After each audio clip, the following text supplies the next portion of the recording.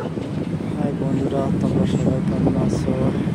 হংকংয়ের রাজধানী, এটা বলে রিসর্টটা বলা হয় সেন্ট্রাল হংকংয়ের রাজধানী, ঠিক আছে, হংকং আইল্যান্ড সাইড।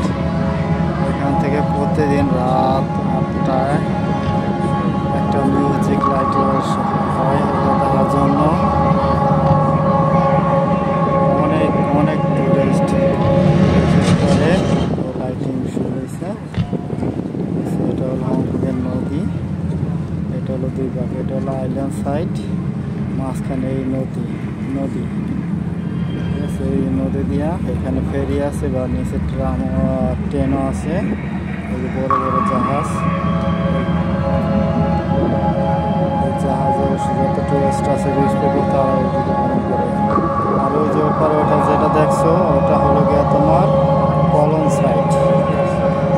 আগে যে হংকংয়ের রাজধানী ছিল সেটা পুরনো, লাইটিং শুরু হয়েছে। লাইটিংয়ে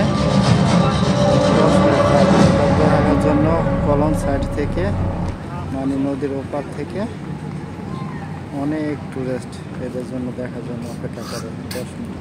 আর ওই যে ওটা দেখছো ওটা হংকংয়ের সবচেয়ে বড় বিল্ডিং, ঠিক আছে। ওপার থেকে কিছুটা কম লাইটিং দেয়, এটা তো অফ সাইড, কিন্তু ওই সাইডে টুরিস্ট বেশি থাকে।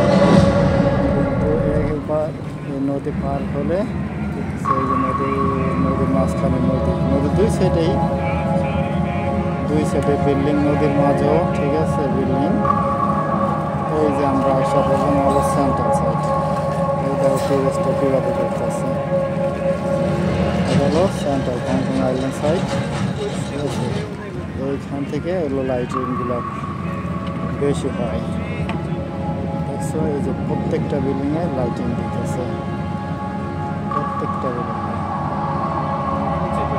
এটা হলো হংকংয়ের মেন সিটি, যত মিউজিক প্রোগ্রাম যত যেখানে আছে ওই পাশে একটা আছে আইএফসি, কত